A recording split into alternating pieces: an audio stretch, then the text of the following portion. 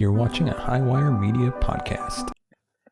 Hello, welcome to the True Crime Never Sleeps show. As always, I'm your host, Larry Lease. On today's episode of Fatal Fandoms, we dive into the tragic murder of Rebecca Schaefer. Before we do that, give me your thoughts on this case in the comment section below. And with that, let's dive right into today's episode, shall we? Now we live in a culture that's hungry for fame. Celebrity is everywhere. It represents power, freedom, riches, love, and admiration. A reputation that precedes you wherever you go. Celebrities are often our role models, and their lives represent the most visible peaks of privilege for the minority of us who attain the celebrity that so many dream of. Those lucky individuals eventually learn that for as rare a privilege as it is to be a celebrity, it's also accompanied by some equally rare burdens, sacrifices, and risks. You don't quite realize what a gift anonymity is until you've lost it, and one of the risks of being in the public eye is that of the many millions of radar screens you suddenly find yourself on, somewhere out there, one of those radar screens might be cracked. You may have people out there who want to do you harm. People whose existence you aren't even aware of, thinking about you every waking hour, maybe losing sleep over you, building a fantasy around you in which you're their co-star, and the lines between fantasy and reality become blurred. In the summer of 1989, an up-and-coming Hollywood actor named Rebecca Schaefer was blindsided by the worst-case scenario version of this reality. And that's the story I'll be telling you today. From the outset of her life, Rebecca Schaefer seemed destined for success. Growing up in Portland, Oregon, Rebecca was the only child of Dr. Benson Schaefer, a child psychologist, and Dana Schaefer, a writer and university instructor. She was the apple of her parents' eyes. They showered her with love, and she continually made them proud. She was a quick learner, a good student, and popular among her peers. Both her parents were practicing Jews, and she initially wanted to become a rabbi, but in her junior year of high school, she began performing in school plays and modeling and discovered that performance came naturally to her, and her magnetic presence drew people to her. Her very first talent agent in Portland remembered her as fresh-faced and charismatic, with big brown eyes, dimples, and a beautiful smile. As a teenager, Rebecca began earning money modeling for department store catalogs and appearing in local TV commercials. And after appearing as an extra in a made-for-TV movie when she was 16, she spent a summer in New York City working with elite model management. She was so successful that she called her parents and asked for their permission to just stay in New York. They thought it over, and because they trusted Rebecca, they knew she was intelligent and mature. And because she was having the time of her life in New York, doing what she loved, they said, okay. The modeling agents who worked with her saw her as different from many of their other clients. She was serious about her work, despite her young age. She was loyal to her friends, intelligent, and grounded, and everyone who crossed paths with her knew she was headed towards bigger and better things. And they were all right, but Rebecca wanted to ascend to the heights of being a runway fashion model, and she found her modeling career plateauing largely because she wasn't quite tall enough for modeling. Even though she was 5'7", which is above average for women in America, it still wasn't quite tall enough. Rebecca began auditioning for roles on television. Before long, she got cast in a recurring role on the daytime soap opera One Life to Live. 2 years later, in 1986, she moved to Japan for a while, and when she failed to book modeling gigs there, she returned to New York and landed a small role in a Woody Allen movie. She continued auditioning and putting her face out there while earning her keep by waiting tables, as many young actors do. And then she auditioned for a lead role in a sitcom. The name of the show was Taking the Town. And after seeing her screen test and hearing her read for the role, the producers had little doubt. Schaefer was a perfect fit for the part of Patty Russell, a key role they had spent months trying to fill, but no one up until now was quite right for her. So Rebecca moved out to Los Angeles, and production for the show began. It's no exaggeration to say this was Rebecca's big break. landing the lead role in a primetime sitcom for CBS, airing in a time slot that almost guaranteed the show high ratings. Before CBS began promoting it, the title of the show was changed from Taking the Town to My Sister Sam. And My Sister Sam premiered on October 6, 1986, and it scored solid ratings right out of the gate. By the end of the first season, My Sister Sam ranked a respectable number 21 on the rating charts and was due to be renewed for a second season. Rebecca Schaefer's life in Hollywood had gotten off to a grand start. Before long, she had a serious boyfriend, an ambitious young UCLA student, an aspiring director named Brad Silberling.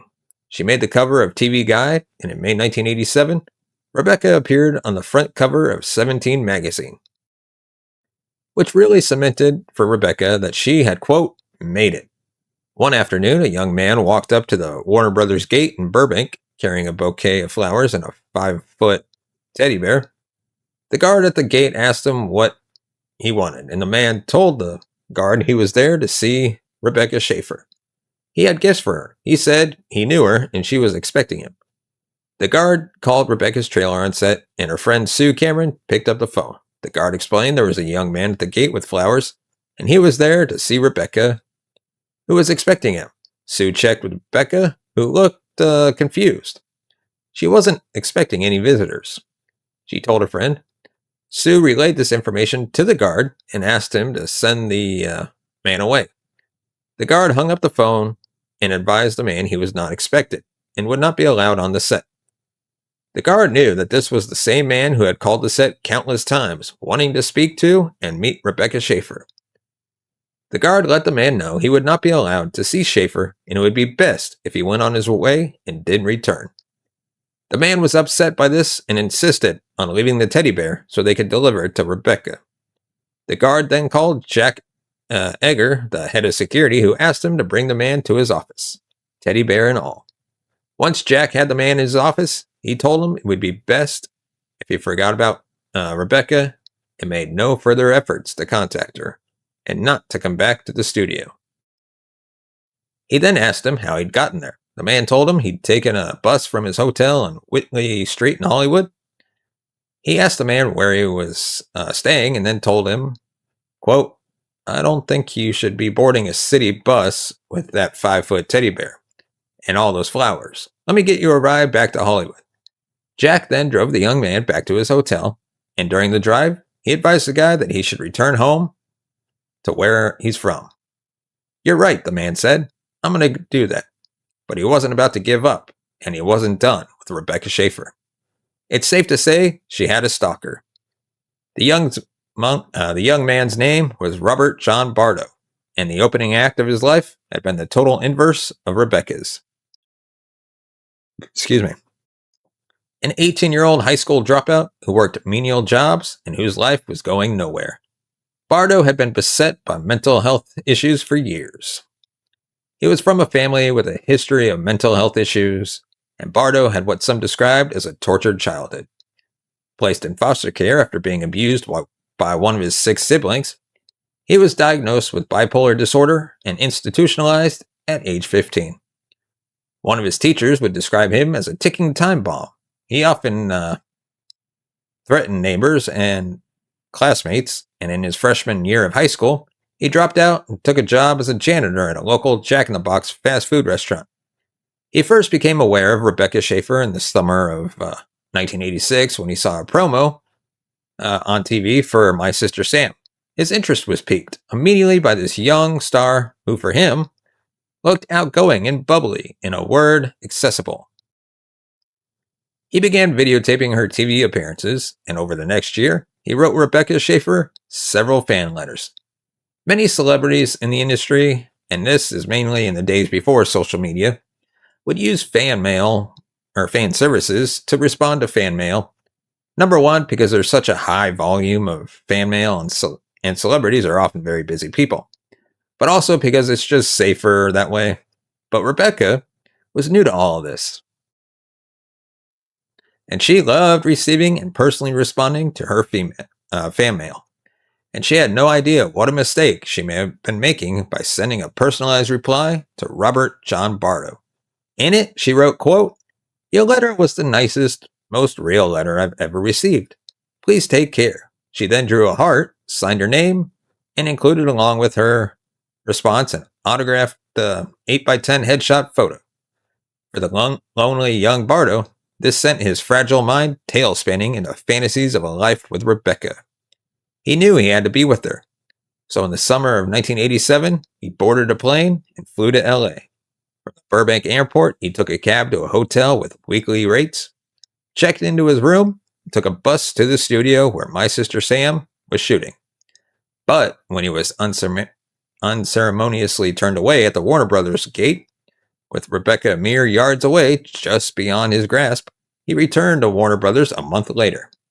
This time armed with a knife, just in case things went south. And once again, he was rebuffed by security. This enraged him, but he kept the knife pocketed, maybe because the security guards were armed. Bardo left and returned home, with his fantasies broken and frozen over by darkness. His life up to this point had been a big trash fire that was only growing in intensity. Over the next year, he would be arrested 3 times on charges ranging from domestic battery to disorderly conduct.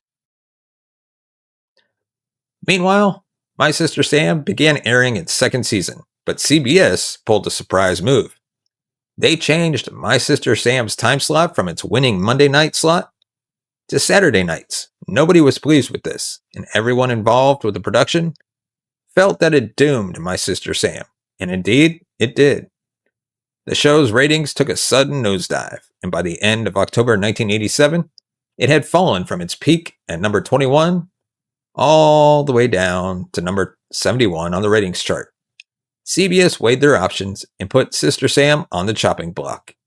And while they decided whether to go ahead and cancel it or not, they put the show on hiatus. This resulted in an outcry from its fans. Letters of support began pouring in, and then the Writers Guild of America went on strike in March of 1988. History does tend to rhyme, doesn't it? And that lasted for 4 months. CBS, knew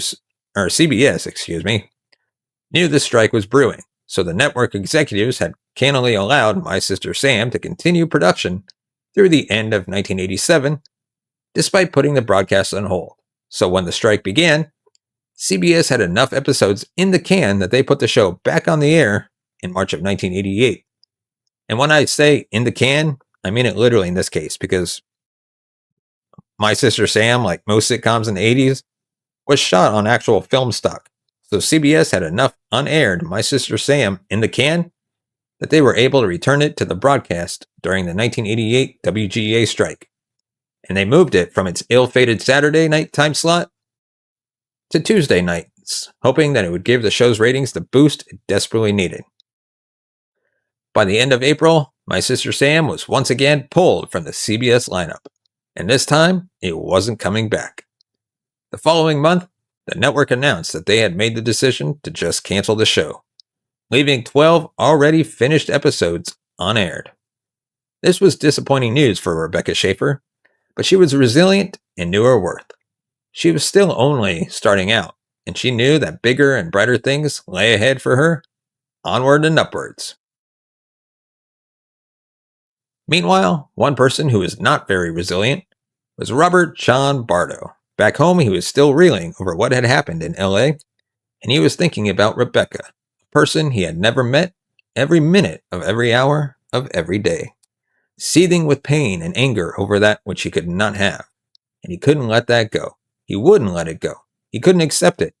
He had to figure out a way back into her life so they could have the relationship he knew in his mind they were destined to have.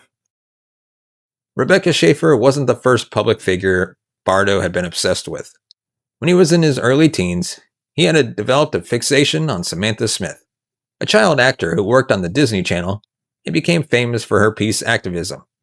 Samantha wrote letters to Soviet leaders asking them why relations between the Soviet Union and the United States remained so tense. She was like the Greta Thunberg of her day. Bardo stalked Samantha Smith, traveling to Maine in an attempt to meet her, but he wasn't successful. And then in August 1985, Samantha was returning from a production shoot with her father when the small commuter plane carrying them slammed into some trees during landing, killing everyone on board. Bardo grieved and then turned his attention to teen pop stars Tiffany and Debbie Gibson, traveling to New York in yet another unsuccessful attempt to meet a star he was fixated on. And then eventually he laid eyes on Rebecca Schaefer and wouldn't give up the way he had before. In 1989, Rebecca landed a supporting role in an independent film called Scenes from the Class Struggle in Beverly Hills, and on June 30th, the movie opened on one screen in Tucson, Arizona.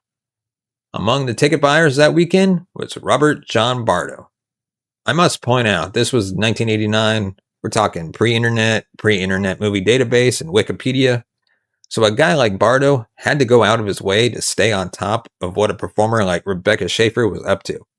He had to have been reading a lot of entertainment publications for it to have entered his radar that Rebecca had a small supporting role in this little indie movie that was barely released. So the weekend opened, he went down to the Cineplex Theater and bought a ticket to see Scenes from the Class Struggle in Beverly Hills. He sat and watched the film, disappointed by how few scenes Rebecca was in. He was there to see Rebecca, not Ed Begley Jr. or Wallace Shawn. But then, midway into the film, Rebecca's character had some more screen time, and it was in a scene that would send Bardo over the edge, past the point of no return. That fateful scene was a montage of various characters in bed together, and one of the shots shows Rebecca's character under the covers in bed, sleeping next to a male character, implying that they'd had sex. It wasn't a full-on sex scene, mind you. It was the mere implication that Rebecca's character had sex with this guy that sent Bardo spiraling. Like he couldn't distinguish between her character and the actress playing her. Couldn't tell fiction from reality. Bardo left the theater blinded by rage and thinking pitch black thoughts. For him, Rebecca Schaefer was, in Bardo's own words, just another Hollywood whore. And for that, he was going to make her pay the ultimate price. Bardo then went to a gun shop in Tucson and tried to purchase a firearm. But the gun shop owners read on Bardo told them that this might not be someone who should have access to a gun. The owner asked him some questions, and Bardo opened up about his mental health issues that, as far as the law went, made Bardo ineligible to purchase a gun. So the owner refused to sell him one, and he actually took a photo of Bardo and posted it on the wall behind the counter so other employees would be on alert. That's how disturbing a presence Bardo was. But Bardo was undeterred. He went home and approached his brother Edward and told him he wanted to buy a gun. Edward asked why he wanted a gun, and Robert explained he just wanted it for target shooting. Knowing the severity of Robert's mental health issues, Edward told him he'd agree to go into the gun shop and buy him a gun under the condition that he only use it for target shooting and only when they were together. Of course, Robert agreed. So Edward went to the gun shop and left with a Ruger GP100, which they then kept stored in a bedroom closet. And while it was not legal for someone with Robert Bardo's mental health history to purchase a firearm, there was no law at the time preventing him from buying ammo. Excuse me. So Bardo went and bought hollow point bullets because Bardo had read that hollow point bullets were deadlier than ordinary bullets. Once fired, they expand inside the victim, causing a large, more potentially lethal wound. He wanted to shoot Rebecca Schaefer, 21-year-old Hollywood actress he'd never met before, and kill her. He had a relationship with her that was one-sided entirely in his own mind. A relationship with Rebecca Schaefer that Rebecca Schaefer was entirely unaware of. Back in LA, her ignorance of Robert John Bardo's existence and the danger that would be headed her way, Rebecca moved into a second-story apartment in West Hollywood, down from the mountain to city level in the thick of urban life. Like most tenants in apartment buildings, Rebecca's last name was on her outside mailbox, which is something her more seasoned friends in the industry advised her against. But Rebecca saw any potential risk associated with this to be a long shot. She had bigger things to concern herself with, like her career. And when she got word from her agent that Francis Ford Coppola, the director of the Godfather movies, wanted to audition her for a part in the Godfather Part III, this represented the single most exciting thing that had come her way to date. More exciting than that cover of 17 magazine. I mean, it is the Godfather franchise. Hell, I'd be on that movie. More exciting than My Sister Sam. And though she would be competing against other bigger celebrities like Madonna, she was confident in her charm and her abilities. Rebecca projected innocence, vulnerability, and accessibility. Exactly the qualities of the role they were calling for, and exactly the qualities that drew deranged stalker Robert John Bardo into the sticky, inescapable web of fixation on the fresh-faced young actress. At this point, nothing would stop Bardo. Bardo had remembered reading about an incident that had taken place in 1982 with another Hollywood actress named Teresa Saldana. One of her biggest fans was an unstable 46-year-old man from Scotland named Arthur Richard Jackson, who became obsessed with her and decided he had to meet her. He hired a private investigator to track her down, but the best the PI could deliver was an unlisted number of Teresa Saldana's mother. Jackson then called Teresa's mother and posed as a director's assistant and said he wanted to hire Teresa as a last-minute replacement. Jackson said he needed Teresa's residential address so he could send her documents and materials. Her mother gave it to him. With that information, Jackson arrived in Los Angeles, traveled to Teresa's West Hollywood home, and in the middle of the day, waited for her to appear before lunging at her with a 6-inch hunting knife, slamming the knife into Teresa repeatedly.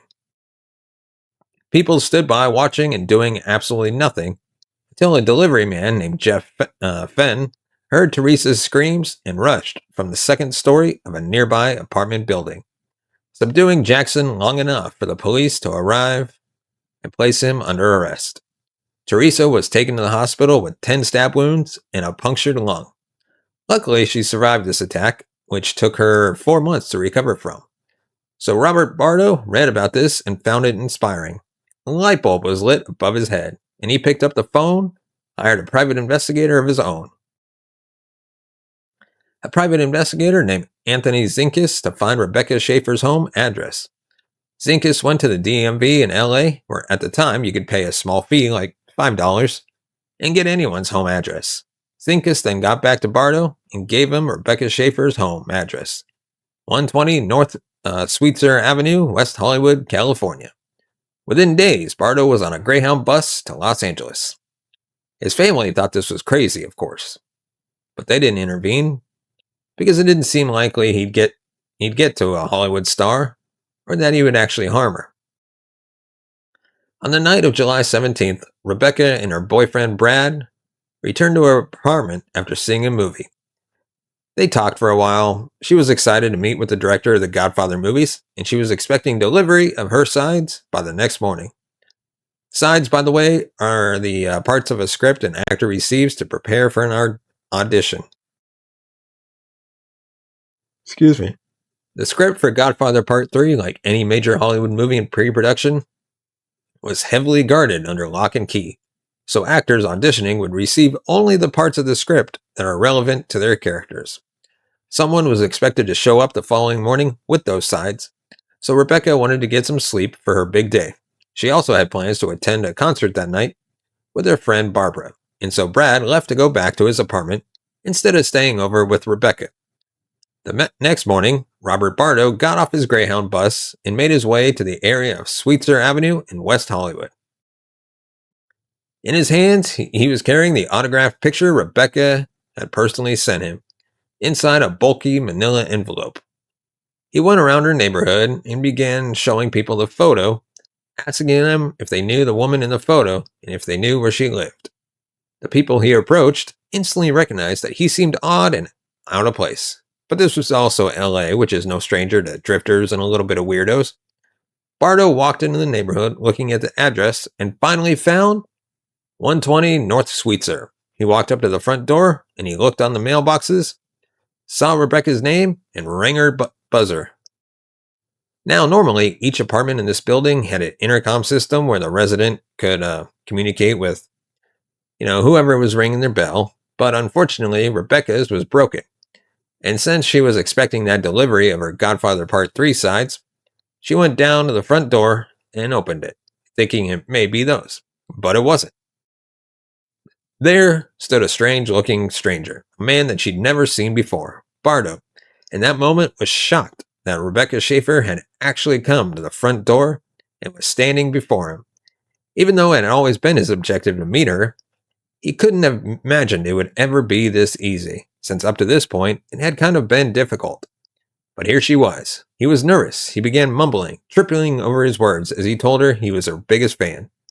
Showed her the autographed photo. Trying to be nice, Rebecca shook his hand and told him it was nice to meet him, but she had to get ready for an interview and she didn't have time to talk. She wished him well and asked him to please not come to her home again. She then closed the door and Bardo stalked away, furious that she had simply dismissed him. As Rebecca went back upstairs, Bardo made his way to a nearby diner and ordered breakfast. He sat and ruminated, thinking about what he was going to do next, and then, after he finished his meal, he went to a payphone and called his sister. "You're going to hear something about me pretty soon," he said ominously. After he hung up, he left the diner, walked back to Rebecca Schaefer's building, and rang the buzzer once again. Rebecca was actually in the middle of a shower when she heard the buzzer, and not wanting to miss the script, Rebecca threw on a bathrobe and ran back downstairs, not imagining that the man from earlier wouldn't have gotten the hint and would be back at her front door. But she opened the door, and there he was again. This time she was irritated, and she hardened her tone. "Look," she said, "I'm really busy today, and you're wasting my time." "There's something I forgot to give you," he said, reaching behind him, pulling the gun from his waistband, whipping it around in front of him, and firing one shot, point-blank range, into Rebecca Schaefer's chest. Rebecca cried out and asked why. She fell to the ground, and Bardo walked away.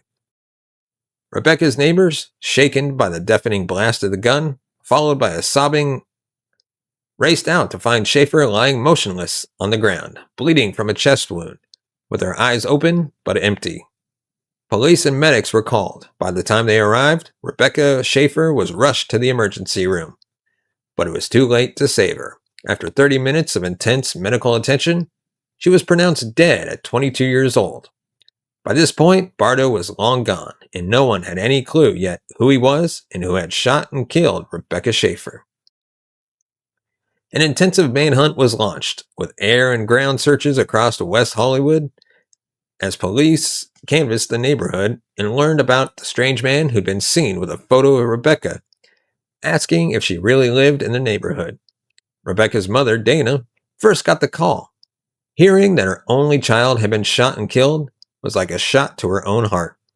Devastated, she called a friend who relayed the message to Benson, Rebecca's father, who was at a psychology workshop, which he then ran from screaming. Benson and Dana Schaefer flew to LA and saw their daughter's lifeless body in the morgue, confirming that this wasn't an error. Rebecca was dead. When reports of her murder hit the evening news, Bardo's family saw it on TV and immediately feared the worst. Edward Bardo ran to the closet to check if the gun he had bought his brother was still there. It wasn't. It was missing. The following morning, Robert John Bardo boarded a Greyhound and returned home to Tucson. Hours later, a call came in to the Tucson police. The caller reported that there was a man standing in the middle of a busy roadway, running in and out of traffic, screaming that he had killed Rebecca Schaefer. Police approached the man, who of course was Robert John Bardo. They noticed he looked dirty and disheveled, as if he hadn't slept in days. Officer John Norton frisked Bardo and didn't find a weapon, and then Bardo leaned against his car and began to cry. "What's wrong?" the officer asked. "You'd better arrest me now," Bardo said. The officer asked him why. "Because I shot somebody," Bardo told him. They immediately placed him under arrest, and during that time, they found the autographed picture of Rebecca Schaefer in his shirt pocket. In no time, he openly admitted having killed her. He was charged with first-degree murder and extradited to Los Angeles. Rebecca's funeral took place in her hometown of Portland. It was standing room only at the synagogue. Rebecca's coffin was wheeled in and placed beside Dana. Rebecca's mother, who rested her hand on her daughter's casket and kept it there throughout the service. The woman assigned to prosecute Bardo was a young attorney named Marcia Clark, who you all know as the lead prosecutor in the O.J. Simpson trial, but obviously that would be years later. Bardo was not denying that he killed Schaefer, but his attorneys mounted a defense that focused on Bardo's mental health, trying to make the case that Bardo's mental illness impaired his capacity to carefully plan and premeditate and diminished his culpability.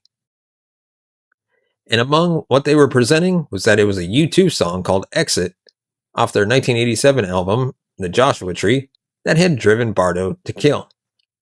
Incidentally, that song is about a psychotic killer, and it contains the line, quote, "His hand in his pocket, his finger on the steel.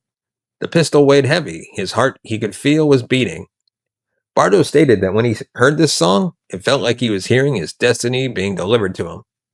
During the trial, they played the song in the courtroom, and Bardo, as he listened to the song, seemed to really come alive, as though he were possessed.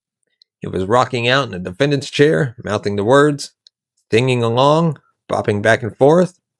It was quite a sight. Those testifying included the head of security from Warner Brothers, Robert Bardo's parents Philip and June, neighbors who heard the gunshots, and a forensic psychologist, Park Dietz. Park Dietz had actually testified in the trial of John Hinckley Jr., the guy who attempted to assassinate Ronald Reagan, in order to impress actress Jodie Foster, which we will dive into next week for our season finale. And Dietz had later testified in the Unabomber and Jeffrey Dahmer trials. Dietz testified for the defense, telling the court that Bardo was schizophrenic and not fully accountable for what he had done, but Clark sought to prove premeditation and special circumstances to ensure Bardo was locked up for good. At the trial's conclusion in October 1991, the judge, this was a non-jury trial, declared that Bardo was sane when he murdered Rebecca Schaefer and found him guilty of first-degree murder with special circumstances.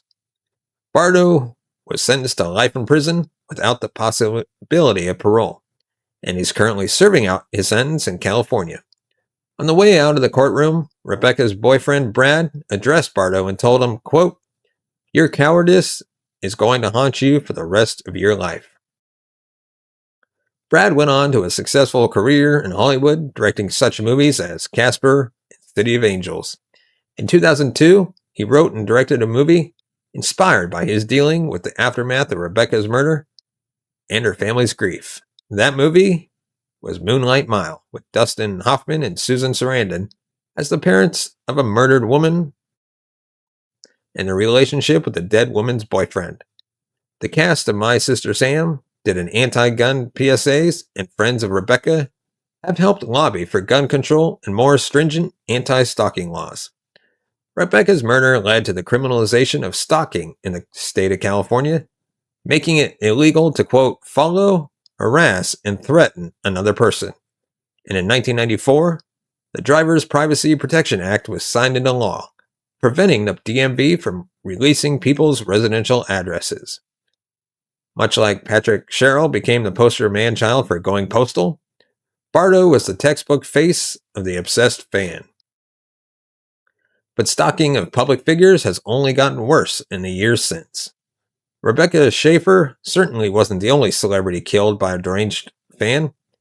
In her murder, there were eerie echoes of not just John Hinckley Jr.'s attempt to assassinate President Reagan, but also John Lennon's murder in 1980.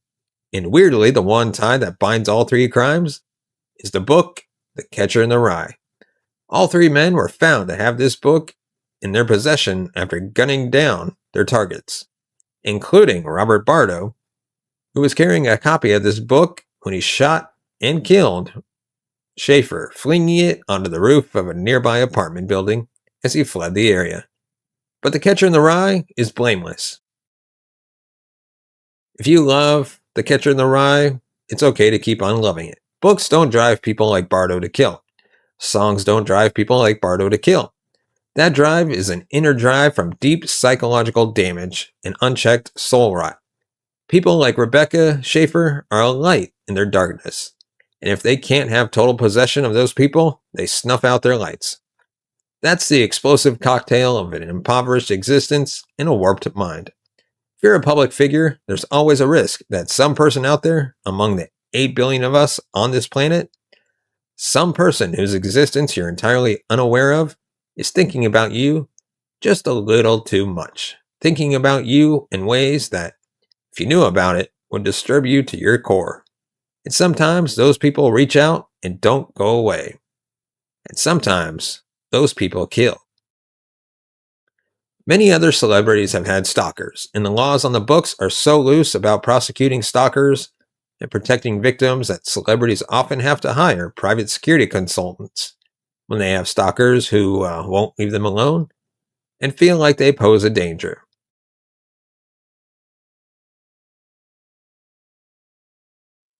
And that is our episode 4. This week's episode of Fatal Fandom. Let me know your thoughts on this case in the comments section below. And what do you think about the current situation of the stalking laws? Let me know in the comments. Let me know your thoughts. Do you have any experience with stalkers? If not, just give me your story in the comment section if you want to. You don't have to, of course. And if you want to support the channel, you can buy us a coffee at buymeacoffee.com/TCNS. And before we go, we'd like to thank our sponsor, Fastest VPN. Fastest VPN just dropped a 93% off lifetime plan for Black Friday. And yes, lifetime literally means you pay once and you're covered forever. No monthly bill creeping up, no surprise renewal, just done. If you've been putting off getting a VPN, this is the moment to stop procrastinating. And we're talking $35 for your VPN. You're getting military-grade encryption. You can keep hackers, weird Wi-Fi snoops, and shady networks out of your business. You get unlimited bandwidth. So go ahead, stream, download, and browse without hitting a cap. You got ad blocker and malware protection built right in. On top of that, you have servers in over 100 locations. And 24/7 support if anything ever goes sideways.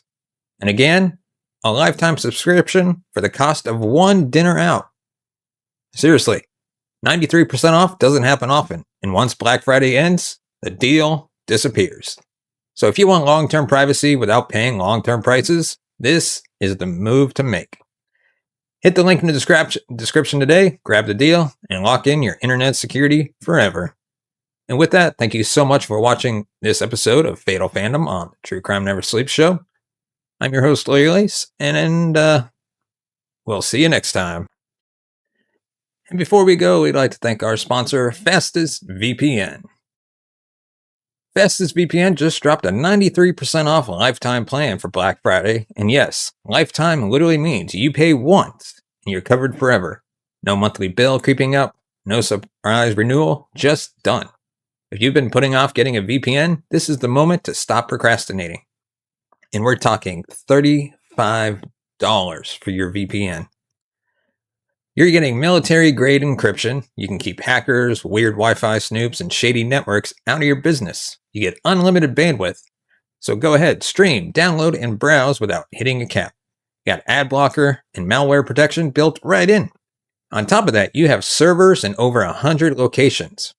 And 24/7 support if anything ever goes sideways.